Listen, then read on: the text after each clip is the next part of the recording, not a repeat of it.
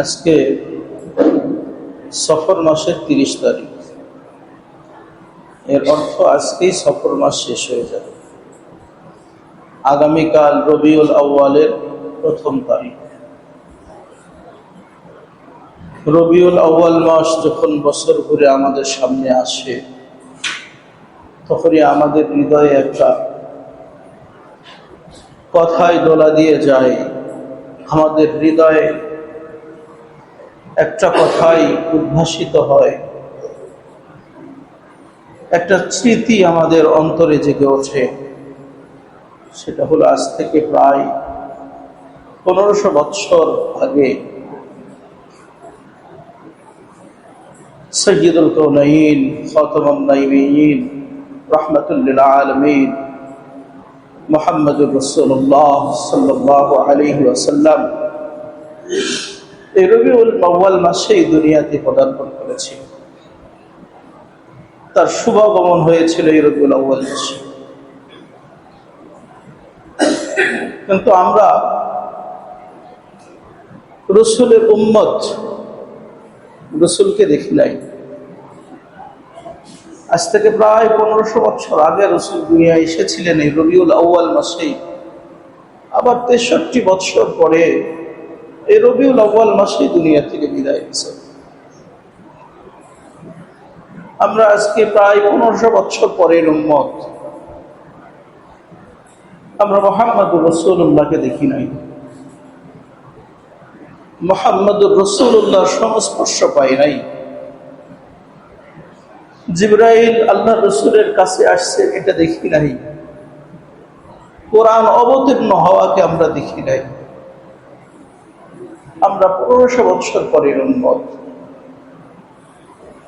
ওই সময় যারা রাসূলের সংস্পর্শ পেয়েছে, যারা রাসূলের সাহাবী হওয়ার সৌভাগ্য লাভ করেছে, তারা কেমন ছিল, তারা পরবর্তীতে কোন মানুষে রূপান্তরিত হল। বলা যায় এমন একটা সময় মুহাম্মদুর রাসূলুল্লাহ সাল্লাল্লাহু আলাইহি ওয়াসাল্লাম দুনিয়াতে এসেছিলেন, তখন অপরাধের এমন কোন প্রকার নাই, তখন হইত না। অন্যায়ের এমন কোন প্রকার নাই, তারা করত না। কিন্তু সেই মানুষদেরকে শুধু রাসূলুল্লাহর ছোঁয়ার কারণে, রাসূলুল্লাহর সংস্পর্শের কারণে, এমন একটা পরশ পাথর তার সংস্পর্শ পাওয়ার পরে এই মানুষগুলাই সোনার মানুষে রূপান্তরিত হয়েছে।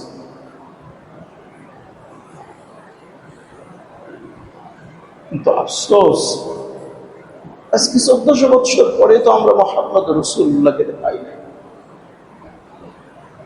আমরা তো মুহাম্মদ রাসূলুল্লাহর সংস্পর্শ পাই নাই। আমরা কি ওই রকম দামি হইতে পারি না? আল্লাহ রাসূল বলেন, কিয়ামত পর্যন্ত পরের উম্মত তোমাদের নিরাশ হওয়ার কোনো কারণ নাই।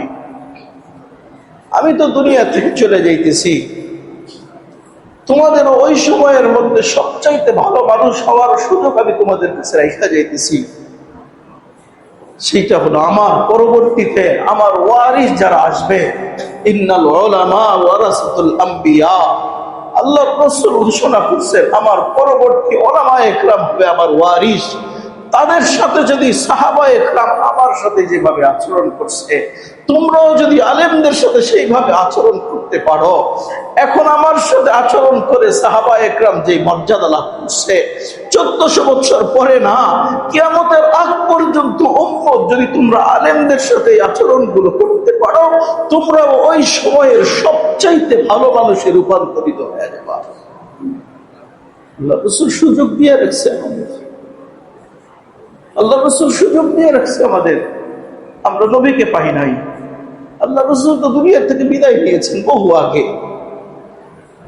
যদি ইতিহাসের দিকে তাকায়, কোরআনের আয়াতের দিকে যদি তাকায়, আল্লাহ সাহাবায়ে ইকরাম রাসূলের সাথে কি আচরণ করবে কোরআন তার বর্ণনা দিয়েছে। কোরআন বর্ণনা দিচ্ছে। আল্লাহ বলতেছেন সূরা হুজুরাতের মধ্যে, ইয়া আইয়ুহাল্লাযীনা আমানু লা তারফাউ আসওয়াতাকুম ফাওকা সাওতিন নবী, খবরদার তোমরা তোমাদের আওয়াজ নবীর কাছে নবীর চাইতে উঁচু আওয়াজে কথা বলো না। নবীর চাইতে উঁচু আওয়াজে তোমরা নবীর সামনে কথা বলো না। কোরআন বলতেছে, আল্লাহ সাহাবায়ে কেরামদেরকে আদেশ দিচ্ছে, সাহাবায়ে কেরাম কখনো রাসূলের সামনে উচ্চ আওয়াজে কথা বলে না। এমনকি সাহাবায়ে কেরামকে আল্লাহ তাআলা নিষেধ করে দিয়েছে, আমার নবী যদি ঘরে থাকে, যদি রেস্টে থাকে, কম খবরদার ঘরের বাহির থেকে তোমরা তাকে ডাকবে না। আল্লাহ বলতেছেন, ইন্নাল্লাযীনা ইউনাদুনাকা মিন ওয়ারাইল হুজুরাতি আকসারুহুম লা ইয়াকিলুন ওয়ালাউ আন্নাহুম সাবারু হাত্তা তাখরুজা ইলাইহিম লাকানা খায়রাল লাহুম। কিছু মানুষ রাসূলের দুয়ারে যে ডাকাডাকি শুরু করছিল, তো আল্লাহ তাআলা আদেশ দিয়ে দিয়েছেন যে ওরা যদি রাসূলকে না ডাকতো, রাসূল আপনা আপনি বাহির হওয়া পর্যন্ত যদি অপেক্ষা করত, তাদের জন্য সবচাইতে কল্যাণকর হইত। সাহাবায়ে কেরাম যেমন নবীর ব্যাপারে আয়াতগুলোর উপরে পুঙ্খানুপুঙ্খানু আমল করছে, ঠিক নবীর পরে যারা সাহাবী ছিলেন, পরবর্তীতে তাবেঈ ছিলেন, তাবেঈ ছিলেন, আইম্মায়ে মুজতাহিদিন ছিলেন, যারা আলেম ছিলেন, তাদের ব্যাপারেও সাহাবায়ে কেরাম এই আয়াতের উপরে আমল করছেন। আব্দুল্লাহ ইবনে আব্বাস রাদিয়াল্লাহু তাআলা আনহু অনেক দূরের পথ অতিক্রম করে উবাই ইবনে কাব রাদিয়াল্লাহু তাআলা আনহুর কাছে গেছেন একটা আয়াতের জন্য। লম্বা পথ পাড়ি দেওয়ার পরে যোহরের পরে যে ওনার ঘরের সামনে যে উপস্থিত হয়েছে, উবাই ইবনে কাব রাদিয়াল্লাহু তাআলা আহার করে কাইলুলা করতেছিলেন, একটু রেস্ট করতেছিলেন, আরাম করতেছিলেন। আব্দুল্লাহ ইবনে আব্বাস রাদিয়াল্লাহু তাআলা আনহু আল্লাহ রাসূলের চাচাতো ভাই হওয়া সত্ত্বেও এখানে উবাই ইবনে কাবকে ডাকেন নাই, ঘুম থেকে উঠান নাই, ওনার ঘরের দরজায় বসেছিলেন যতক্ষণ উবাই ইবনে কাব রাদিয়াল্লাহু তাআলা নিজে না বাহির হয়েছেন। যখন উবাই ইবনে কাব রাদিয়াল্লাহু তাআলা দরজা খুলছেন, দেখে আব্দুল্লাহ ইবনে আব্বাস রাদিয়াল্লাহু তাআলা আনহু নিজের দরজার সামনে বসা। উনি তো মাথায় হাত রাখছে, হায় আনতা ইবনু আম্মি রাসূলিল্লাহ, আপনি কি আল্লাহর রাসূলের চাচাতো ভাই না? আপনাকে কি আল্লাহর রাসূল রাইসুল মুফাসসিরিনের খেতাব দেন নাই? আপনি এসে আমার ঘরের দুয়ারে বসে আছেন, আপনি তো আমাকে ডাকতে পারতেন। আব্দুল্লাহ ইবনে আব্বাস রাদিয়াল্লাহু তাআলা আনহু ওই আয়াতকে স্মরণ করে দিয়ে বললেন, আল আলিমু ফি কওমিহি কান নবী ফি উম্মতিহি। আল্লাহ সাহাবায়ে কেরামদেরকে বলে দিয়েছেন, মুমিনদেরকে বলে দিয়েছেন যে নবীকে তোমরা ডাকো না। পুরা উম্মতের জন্য নবীর যে মর্যাদা, প্রত্যেকটা এলাকায়, প্রত্যেকটা গোত্রে, প্রত্যেকটা গোষ্ঠীতে এক একজন আলেমের ওই পরিমাণ মর্যাদা দেওয়া হয়েছে। আপনি তো একজন আলেম, আল্লাহ তো রাসূলকে ডাকতে নিষেধ করে দিয়েছেন, আর নবীর পরে আলেমের মর্যাদা ওই রকম, আমি আপনাকে কিভাবে ডাকতে পারি? আমি আপনাকে কিভাবে ডাকতে পারি? ঠিক রাসূলের সাথে যে আচরণ একজন আলেমের সাথে, সেই আচরণ সাহাবায়ে কেরামে দেখা গেছেন রাসূলকে এত মনে প্রাণে ভালোবাসতেন, কোনদিন আল্লাহ রাসূলের শরীরে একটা আঘাত লাগবে এটা সহ্য করতে পারতেন না। সাহাবায়ে কেরামরা সহ্য করতেন না। আপনি উহুদ যুদ্ধের ঘটনা খুলে দেখেন, তালহা ইবনে উবাইদুল্লাহ রাদিয়াল্লাহু তাআলা ঘটনা খুলে, উহুদ যুদ্ধে যখন সাহাবায়ে কেরাম চতুর্দিকে ছত্রভঙ্গ হয়ে পড়ল, আল্লাহ রাসূলকে আবু দুজানা রাদিয়াল্লাহু তাআলা আনহু, তালহা ইবনে উবাইদুল্লাহ রাদিয়াল্লাহু তাআলা আনহু ঘিরে রাখছেন, কোনোভাবেই যেন কাফেরদের পক্ষ থেকে আল্লাহ রাসূলকে কোনো আঘাত না আসে, আল্লাহ রাসূলকে যেন শরীরে যেন কোনো আঘাত না লাগে। এমনকি তালহা রাদিয়াল্লাহু তাআলা আনহু আল্লাহ রাসূলের সামনে এমন ভাবে রাসূলকে আগলায় রাখছিলেন, রাসূলের সামনে নিজের পিঠকে শত্রুর জন্য ওয়াকফ করে দিয়ে রাখছিলেন। যখন যুদ্ধ শেষ হয়েছে তখন দেখে গেছে তালহা রাদিয়াল্লাহু তাআলা আনহুর পিঠে 80 থেকে 90টা তীর তরবারির আঘাত ছিল। নিজের শরীর দিয়ে রাসূলকে বাঁচাইছেন, কিন্তু আল্লাহর রাসূলের শরীরে একটা আঘাত লাগার সুযোগ দেন নাই। ঠিক তদ্রূপ আমাদেরকেও বর্তমান যারা ওলামা একরাম আছে, যারা সঠিক দিনের উপরে আছে, সঠিক ওলামা একরাম যারা, কোরআন হাদিসের ধারক বাহক যারা, কারণ আল্লাহর রাসূল আমাদেরকে স্বীকৃতি দিয়ে গেছেন, আলেমদেরকে স্বীকৃতি দিয়ে গেছেন, কারণ ওই সময় আল্লাহর রাসূল বলে গেছেন তোমাদের কাছে আমি দুইটা জিনিস রেখে যাইতেছি। দুইটা জিনিস আল্লাহর রাসূল বলেন তারাকতু ফীকুম আমরাইন লান তাদিল্লু বিমা মাসসাকতুম বিহিমা। যদি এই দুইটা জিনিসকে তোমরা আঁকড়ে ধরতে পারো তাহলে কিয়ামত পর্যন্ত তোমরা কোনদিন পথভ্রষ্ট হইবে না। এই দুইটা জিনিস, একটা হলো কিতাবুল্লাহ, আল্লাহর কিতাব, দ্বিতীয় নম্বর হলো সুন্নাত রাসূলুল্লাহ, আল্লাহ রাসূলের সুন্নাত। এই দুইটা জিনিসকে আল্লাহ রাসূল রেখে গেছেন। এই দুইটা জিনিসের শুধু কপি রেখা যান নাই, শুধু ভলিউম রেখা যান নাই, আল্লাহ রাসূল বুঝাইতে চাইছেন যে এই দুইটা জিনিস যাদের সিনার মধ্যে আমি রাখছি, তাদের সিনার মধ্যে দিয়ে গেছি, যারা এই দুই জিনিসের উপর আমল করতেছে এদেরকে তোমরা যদি আঁকড়ে ধরতে পারো কিয়ামত পর্যন্ত তোমরা কোনোদিন পথভ্রষ্ট হইতে পারবে না, পথভ্রষ্ট হবা না। শুধু যদি কপি হইতো, এর দ্বারা শুধু কোরআনের কপি উদ্দেশ্য না, হাদিসের কপি উদ্দেশ্য না, এর দ্বারা উদ্দেশ্য আল্লাহ রাসূল সিনা বাসিরা যাদেরকে কোরআন ও হাদিসের ইলম দিয়ে গেছেন, যদি তারা হইতো তাহলে কিয়ামতের আগে, কিয়ামতের আলামত হিসেবে আল্লাহ রাসূল বলছেন সর্বপ্রথম যেটা উঠায় নেওয়া হবে সেটা হলো ইলম, কোরআন হাদিসের ইলম উঠায় নেওয়া হবে। যদি এই কপি হইতো তাহলে আল্লাহ রাসূল এই কথা কোনোদিন বলতেন না যে কিয়ামতের দিন ইলম উঠায় নেওয়া হবে, এই কপিগুলো উঠায় নেওয়া হবে না, কোরআনের এক একটা ভলিউম উঠায় নেওয়া হবে না, হাদিসের এক একটা কিতাব উঠায় নেওয়া হবে না। কিভাবে ইলম উঠায় নিবে? আল্লাহ রাসূল বলেন বিকবজিল উলামা, আলেমদেরকে উঠায় নেওয়ার মাধ্যমে পুরা কোরআন হাদিসের ইলম উঠায় নেওয়া। যদি কফি উদ্দেশ্য হইতো তো আল্লাহ রাসূল আলেমদেরকে উঠায় নেওয়ার কথা বলতেন না। এর অর্থ উদ্দেশ্য হলো যে আলেমের মধ্যে কোরআন ও হাদিসের সঠিক ইলম আছে, সঠিক জ্ঞান আছে এবং আমল করে, ওই সমস্ত আলেমরা হলো উদ্দেশ্য।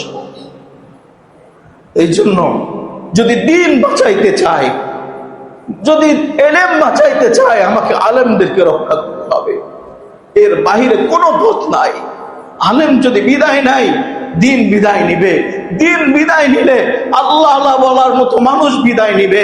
এমনকি কোরআনের কপি পড়ে থাকবে, হাদিসের পরে কপি পড়ে থাকবে, এক একটা ভলিউম পড়ে থাকবে, পড়ানোর মানুষ পাওয়া যাবে না, পড়ার মতো মানুষ পাওয়া যাবে না। সহিহ ইলম বিদায় নিবে, আল্লাহ আল্লাহ বলার মতো মানুষ বিদায় নিবে। ওই দিন পুরা দুনিয়া আল্লাহ ধ্বংস করে দিবে। এই জন্য সাহাবা একরাম যেভাবে রাসূলকে রক্ষা করছেন, বর্তমান সময়ে সাধারণ মানুষের দায়িত্ব হলো আলেম এবং ইলমের মার্কাজগুলোকে হেফাজত করা। আলেমের বিরুদ্ধে কথা বলবে, আমি আপনি মনে মনে বলবো ভালোই তো হইতেছে, আমি মুসলমানের খাতায় নাম দিতে পারবো না, মুনাফিকের খাতায় নাম উঠবে আমার। একজন আলেমকে, সহি আলেমকে গালি দিবে, তার ব্যাপারে কটু কথা বলবে, আপনি মুখ চুপ করে থাকবেন। সাহাবা একরামদের বৈশিষ্ট্য এটা ছিল না।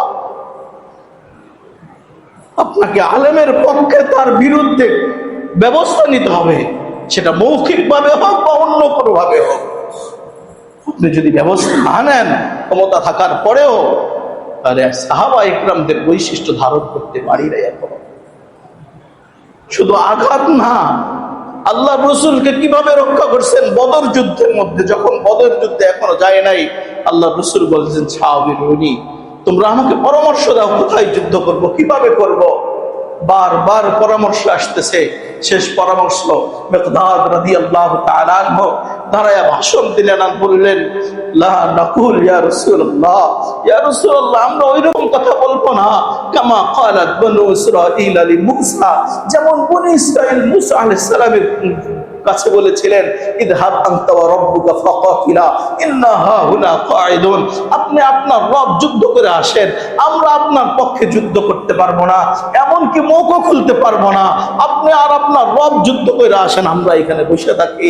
মিকদাদ রাদিয়াল্লাহু তাআলা বলছেন, ইয়া রাসূলুল্লাহ, ওই বনী ইসরাঈলের মতো কথা আমরা আপনাকে বলবো না, নাহনু নাকুল, বরং আমরা তো এই কথা বলবো, ইযহাব আনতা ওয়া রাব্বুকা ফাকাতিলা, আপনি আপনার রব যুদ্ধে যাবেন, ইন্না মাআকুমা মুকাতিলুন, আমাদের জীবনের শেষ নিঃশ্বাস পর্যন্ত, যতক্ষণ আমাদের শরীরে শেষ ফোঁটা রক্ত থাকবে, ততক্ষণ পর্যন্ত আমরাও আপনি এবং আপনার রবের সাথে যুদ্ধ করে যাব ইনশাআল্লাহ। ওমের ইসলাম তারা দেখায় দিছে কি সাহাবা হইতে হইলে কি করতে হয়, দিনকে কিভাবে হেফাজত করতে হয়, নবীকে কিভাবে হেফাজত করতে হয়। আজকে 1400 বছর পরের উম্মত নবী পাবো না, আমরা নবীকে ওইভাবে হেফাজত করার সুযোগ পাবো না, কিন্তু আল্লাহর রাসূল তার ওয়ারিসদেরকে রেখে গেছেন, হক্কানি আলেমদেরকে রেখে গেছেন, তারা যেভাবে নবীকে রক্ষা করছে, এখন সময় আসছে সাধারণ মানুষদের দায়িত্ব হইল আলেম এবং ইলমের মারকাজগুলোকে হেফাজত করা। যে কোনো ভাবেই তার উপর আঘাত আসুক, সেভাবেই আমাকে মোকাবেলা করা। এখন বলতে পারেন, তা আল্লাহ যেহেতু দায়িত্ব আপনাদেরকে দিছে, আল্লাহ কি হেফাজত করতে পারে না? আল্লাহ রসুলকে তো আল্লাহ দায়িত্ব দিয়েছিলেন, আল্লাহ কি পারতেন না হেফাজত করতে? আল্লাহ কি পারতেন না রসুলকে হেফাজত করতে? সাহাবা ইকরামের কি প্রয়োজন ছিল? সাহাবা ইকরামদের তো কোনো প্রয়োজন ছিল না, কিন্তু কেন সাহাবা ইকরাম নিজের বুকের তাজা রক্ত ঢালছেন?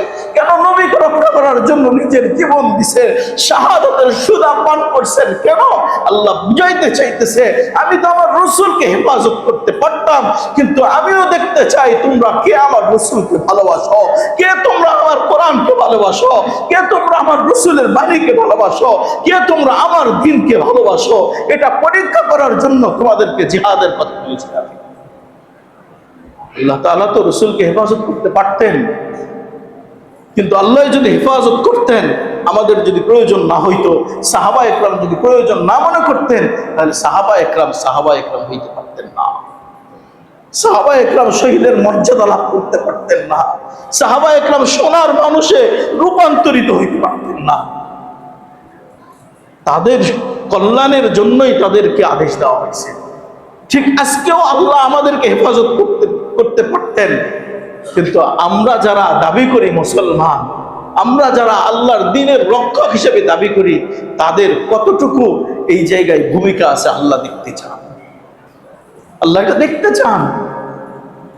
আমাদেরকে ওই সময়ের মতো সাহাবা একরাম যেভাবে নবীকে সাহায্য করেছেন, সহযোগিতা করেছেন, নবীকে যেভাবে হেফাজত করার জন্য নিজের জীবন দিচ্ছেন, আজকেও নবী নাই, ওয়ারিসে নবী আছে, নবীর ওয়ারিসরা আছে, হক্কানি আলেমরা আছে, তাদেরকেও হেফাজতের জন্য প্রয়োজন হইলে মুখ খুলবেন, প্রয়োজন হলে হাত ব্যবহার করবেন, প্রয়োজন হইলে আইনি পদক্ষেপ ব্যবহার করবেন, তারপরেও আল্লাহর রসুলের ওয়ারিসদের গায়ে একটা আঁচড়ও লাগতে দিতে পারেন না। যদি এই ভূমিকা পালন করতে পারি, তাহলে আজও এই ফিতনার জামানায় দুনিয়ার সবচেয়ে ভালো মানুষ হওয়ার সুযোগ আছে আমাদের। আর যদি না পারি, অন্য পথ যদি অবলম্বন করতে পারি, ওই সময় রসুলকে দেখার পরেও সবাই সাহাবী হয় নাই, সবাই সাহাবী হওয়ার সুযোগ পাই নাই। ঈমান আনার পরেও, ইসলাম গ্রহণ করার পরেও সাহাবীদের মর্যাদা পাই নাই। তাদের নাম ইতিহাসের পাতায় মুনাফিক হিসেবে লেখা আছে। তারা রসুলকে এইভাবে সাহায্য করতে পারে নাই, তারা রসুলের হেফাজতের ক্ষেত্রে ভূমিকা রাখতে পারে নাই, যদিও তারা ইসলাম গ্রহণ করছে, পারে নাই বিধায় তাদেরকেই মুনাফিক বলা হয়। আজকেও যদি আলেমদেরকে হেফাজতের জন্য ভূমিকা আমি না রাখতে পারি, আল্লাহ মাফ করুক, আমারও নাম হয়তো ওই খাতায় উঠতে পারে। আল্লাহ মাফ করুক আমাদেরকে। এই জন্য আলেমদেরকে হেফাজত করার সর্বাত্মক চেষ্টা করব। যদি হেফাজত করতে নাও পারি, কমপক্ষে তাদের ক্ষতির কারণ না হই, কমপক্ষে তাদের ক্ষতির কারণ না হই, তাদের দুশ্মনে পরিণত না হই। শারীরিক ক্ষতি হোক, আর্থিক ক্ষতি হোক, কোনো ক্ষতিরই যেন কারণ না হয়। এই জন্য সবার কাছে আবেদন থাকবে, আপনার মহল্লার, এমনকি পৃথিবীর যত জায়গায় আছে, আপনার মহল্লা মসজিদের ইমাম সাহেবই আপনার কাছে বড় আলেম হিসেবে পরিগণিত। আপনার পাশের মাদ্রাসার ওস্তাদরাই, ছাত্ররাই আপনার কাছে বড় আলেম হিসেবে পরিগণিত হবে। ইমামদের সাথে সহযোগিতা করার চেষ্টা করি। আপনার সাথে ইমামদের সাথে অন্য কোনো সম্পর্ক নাই, সম্পর্ক একটা শুধু দিন। মসজিদের মেম্বার ইমামরা বসে আমানত দেওয়ার জন্য, আমানত রক্ষা করার জন্য। হক কথা বলে যাইতেছে, এটা আমানত রক্ষা করার জন্য। যদি আমল না করতে পারি, কমপক্ষে তাদের বিরুদ্ধে না করি। যদি কেউ আলেমদের বিরুদ্ধে কথা বলে, ইমামদের বিরুদ্ধে কথা বলে, প্রতিবাদ না করতে পারলে চুপ থাকি। আমার তো উচিত ছিল প্রতিবাদ করা। যতক্ষণ আলেম ওলামা এবং ইমাম খতিবরা যতক্ষণ ইসলামের বাহিরে না যাবে, কোরআন হাদিসের বাহিরে না যাবে, তাদেরকেও রক্ষা করা, তাদের পক্ষে কথা বলা আপনার ঈমানি দায়িত্ব। আপনাকে বলতে হবে। অবশ্যই তাদের উপকার যদি নাও করতে পারি, ক্ষতির সম্মুখীন না হই, ক্ষতি করার কারণ না হই। অনেক জায়গায় দেখেন না, অনেক মসজিদে এরকম আছে। দুই একটা উদাহরণ আমি দিতে পারবো। অনেক মসজিদে এরকম আছে যে কিছু কিছু মানুষ ইমাম সাহেবের যদি বেতন বাড়াইতেও চাই, কিছু মানুষ বলে না, দরকার নেই, রাখেন, এত টাকা দিয়ে ইমাম সাহেব কি করবে? ইমাম সাহেবের যতটুকু প্রয়োজন আল্লাহ মিটায় দিবে, কোনো সন্দেহ নাই। কোন পথ দিয়ে দিবে আপনিও জানেন না, আমিও জানি না। প্রয়োজন মিটায় দিবে, কিন্তু আমি যে তার আর্থিক ক্ষতির কারণ হইলাম, এর খেসারত আমাকে দিতে হবে। এই ক্ষতির সম্মুখীন আমাকে হইতে হবে। আমার কাছে অনেক প্রমাণ আছে, অনেক জায়গার প্রমাণ আছে। ক্ষতির সম্মুখীন হইছে, হইতেছে, হবে কিয়ামত পর্যন্ত। আপনি আলেমদের আর্থিক সমস্যার কারণ হবেন, আল্লাহ আপনার সংসারে ওই আর্থিক সমস্যা দিয়ে দিবে। নিঃসন্দেহ থাকেন, নিঃসন্দেহে আল্লাহ দিবেই দিবে। ওটা তো আলেম ওলামা ইমামদের হক ছিল, কিন্তু ওইটা আমি পূরণ করি নাই, বাধা দিয়েছি। আল্লাহ ওই ইমামের প্রয়োজন অন্য দিক দিয়ে মিটায় দিবে, কারণ তার রিজিক যতটুকু আছে ততটুকু আল্লাহ দিবেই দিবে, অন্য দিক দিয়ে দিবে। কিন্তু আমি প্রতিবন্ধক হওয়ার কারণে ক্ষতিটা আমার হবে, আমার হবে ক্ষতি। এই ক্ষতির থেকে আল্লাহর রাস্তে বাঁচেন, এই ক্ষতির থেকে, নিজেদের ক্ষতির থেকে বাঁচেন। আলেমদেরকে একজন অন্যায় ভাবে কথা বলতেছে, আপনার ইমামকে অন্যায় ভাবে কথা বলতেছে, আপনি মুখ খুললেন না, আপনি ওই ক্ষতির মধ্যে শামিল হবেন এক সময়। আপনার ক্ষমতা থাকার পরেও আপনি কোনো কথা বললেন না, অথচ শরীয়ত এটাই বলছে যেটা আলেম বলছে, সহি কথাই বলে যাইতেছে, তারপরেও অন্যায় ভাবে একজন কথা বলতেছে। বড় আফসোস লাগে, বড় আফসোস লাগে। যদি ওই রকম ব্যক্তি এরকম কথা বলে, তখন কেমন লাগবে? চাল নাই, চুলা নাই, পেটে ভাত নাই, চলার ক্ষমতা নাই, সে যদি চোখ টাঙায়া বলে এই ইমাম মসজিদকে পাল্টাইতে হবে, কিচ্ছু বলার নাই। আল্লাহ দেখতেছেন, আল্লাহ দেখতেছেন, এর খেসারত দুনিয়াতেই দিতে হবে, আখিরাতে না। অন্যায় ভাবে যদি এই কথাগুলো কেউ বলে, আল্লাহ তার খেসারত দুনিয়াতেই দিয়া তারপরে দুনিয়াতে দিবে। কারণ তাদের শব্দ, শব্দ, এটা উচ্চ আওয়াজে বলতে হয় না, আল্লাহর দরবারে পৌঁছে যায়, বলতে হয় না। খাজা আজিজুল হাসান মাজদুদ রহমতুল্লাহ আলাই, থানবী রহমতুল্লাহ আলাইয়ের খলিফা ছিলেন, ভারতের ডিসি ছিলেন। আলেমের সাথে এমন ভাবে সম্পর্ক ছিল তাহার, থানবী রহমতুল্লাহ আলাইহির সাথে এমন ভাবে সম্পর্ক ছিল যে আল্লাহ তার জীবনে পাল্টায় দিছে, এমন উঁচু মাকামে আল্লাহ পৌঁছায় দিছে। আজিজুল হাসান মাজদুদ রহমতুল্লাহ আলাই একদিন পথ দিয়ে যাইতেছিলেন, দুইজন যুবক যুবতী আসতেছিল। মাজজুব রহমতুল্লাহ পায়ের আঘাতের কাদার পানি যে প্রেমিকার চেহারায় লাগছে, প্রেমিক উঠা মাজজুবকে এক থাপ্পড় লাগাইছে। বৃদ্ধ মানুষ কিচ্ছু বলতে পারে নাই, থাপ্পড়ের আঘাত সহ্য করতে না পেরে মাটিতে লুটায় পড়ছে। প্রেমিক তো বুক টান করে, সিনা টান করে, গর্ব করে বলতেছে, দেখছ তোমার কার সাথে সম্পর্ক, তোমার সাথে এরকম আচরণ কইরা সুস্থভাবে বাড়িতে যাবে এটা আমি সহ্য করে নাই, থাপ্পড় লাগায় দিছে। মাজজুব রহমতুল্লাহ আলাইহি ওখান থেকে উঠা আকাশের দিকে তাকায় শুধু বলছে, ইয়া মাল্লা তারাহুল উয়ুন ওয়ালা তুখাতিলুহু খালিতুহুদ দুনুন ওয়ালা ইয়াসিফুহুল ওয়াসিফুন। আয় আল্লাহ, তোমাকে তো চোখে দেখা যায় না, কিন্তু তুমি তো সব দেখো। লা তারা মা ফাআলা বি, আমার সাথে কি ঘটছে এটা কি তুমি দেখো নাই? শুধু আওয়াজটা শুধু বাহির করছে, ওই যুবক ওইখানে তরপায়া মরতে দেরি হয় না। এই জন্য বলবো, আলেমদের ক্ষতির কারণ হয় না, নিজেদের ক্ষতি হবে। তাদেরকে হেফাজতের চেষ্টা করি আমরা। যদি হেফাজতের চেষ্টা করি তাহলে ওই সময় যারা ছিল সাহাবায়ে কেরাম, ওই সময় যারা ছিল, আমি তো একথা বলতে বাধ্য হই, আমি তো একথাই বলতে পারি, হে আরবের অধিবাসীরা, হে উম্মুল আরব, তোমরা তো এমন ছিলা, তোমাদের এমন কোন গুণ ছিল যার কারণে মাহবুবে খোদার দিদার তোমরা লাভ করছো? এমন কোন পণ্য তোমাদের ছিল যার কারণে খোদার নূরের তাসাল্লিতে তোমরা ধন্য হইলা? তোমাদের তো অবস্থা এমন বলে, ইতিহাস তো তোমাদের অবস্থা এমন বলে, এমন কোনো অন্যায় নাই যেটা তোমরা করতে না, এমন কোনো পাপ নাই যেটা তোমরা জানতে না, কিন্তু এমন ভাবে পরিবর্তন তোমাদের কিভাবে হলো? ইতিহাস তো তোমাদেরকে এইভাবে উপস্থাপন করে, তোমরা তো আকারে ছিলে ইনসান, প্রকারে শয়তান, এমনকি তোমাদের এইটাই ছিল পরিচয় আর পহচান। কিন্তু সারা দুনিয়ায় দেখো আজকে তোমাদেরই জয়গান চলতেছে, আজকে তোমাদেরই জয়গান, প্রত্যেকটা অলিতে গলিতে সম্প্রচার হইতেছে তোমাদেরই শান ও শওকত। তোমরা তো ছিলা ওই রকম, এরকম হইলা কিভাবে? আমি তো বলি, এক পরস্পরের সংস্পর্শে, এক মুহাম্মদুর রাসূলুল্লাহর সংস্পর্শে, এক মুহাম্মদুর রাসূলুল্লাহর স্পর্শে, তোমরা দর্শনে তোমরা এমন হইছো, তোমরা ডাকাত থেকে রাহবারে পরিণত হইছো, তোমরা রাহজান থেকে তোমাদেরকে রাহবারের চেয়ারে তোমাদেরকে বসায় দিয়েছে।